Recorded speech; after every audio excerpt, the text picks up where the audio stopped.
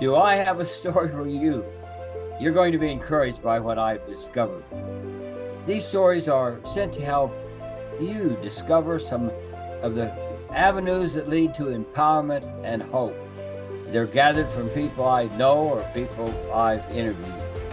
And I think that this week is going to help you find new empowerment in your life. You're going to find new understanding of how to use the power of God and the power of prayer. You're going to be surprised.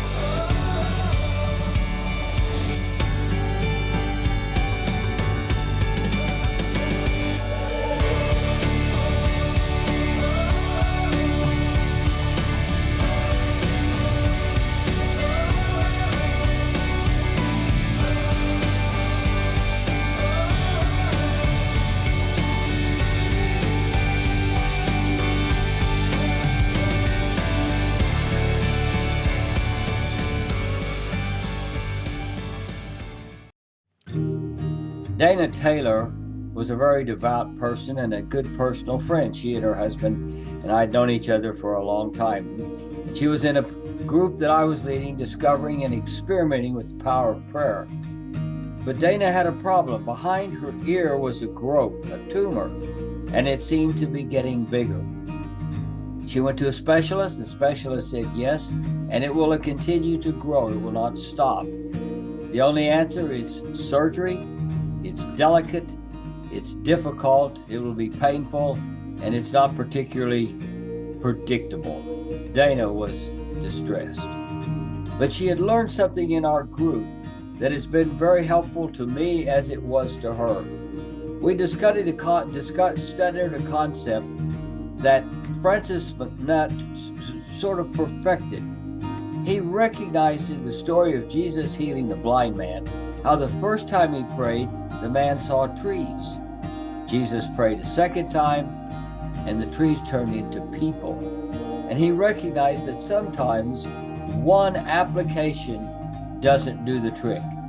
And he came up with a concept called soaking prayer, meaning we continually immerse the problem in the power of prayer and to ask the Holy Spirit to continually work in the person. It's persistence in prayer. It's sort of like sitting in a spa to let the hot waters over a period of 20, 30 minutes massage our bodies. So we use the idea of praying for the need again and again. Now, how this can be very helpful to you is I'm sure you've had some time where you prayed for somebody and nothing happened, and you concluded you didn't have the ability or the gift, or maybe prayer doesn't work, or maybe this isn't the best way to go. No, that's not correct.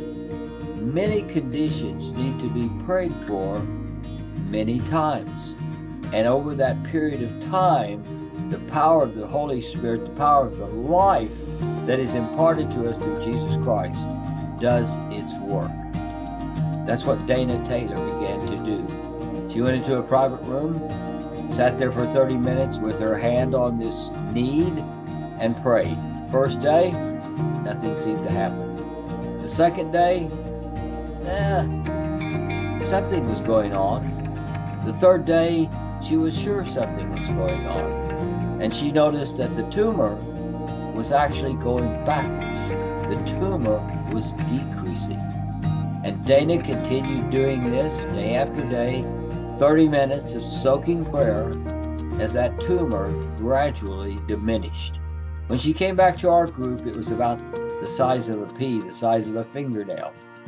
We gathered around Dana and prayed, and the tumor completely disappeared. No surgery was needed. She was healed. Now, the next time you seem to be discouraged by what you're doing, remember Dana Taylor and that disappearing tumor. And remember, your persistence pays a priceless dividend. Just keep it up. Oh, Oh, and remember, miracles never cease.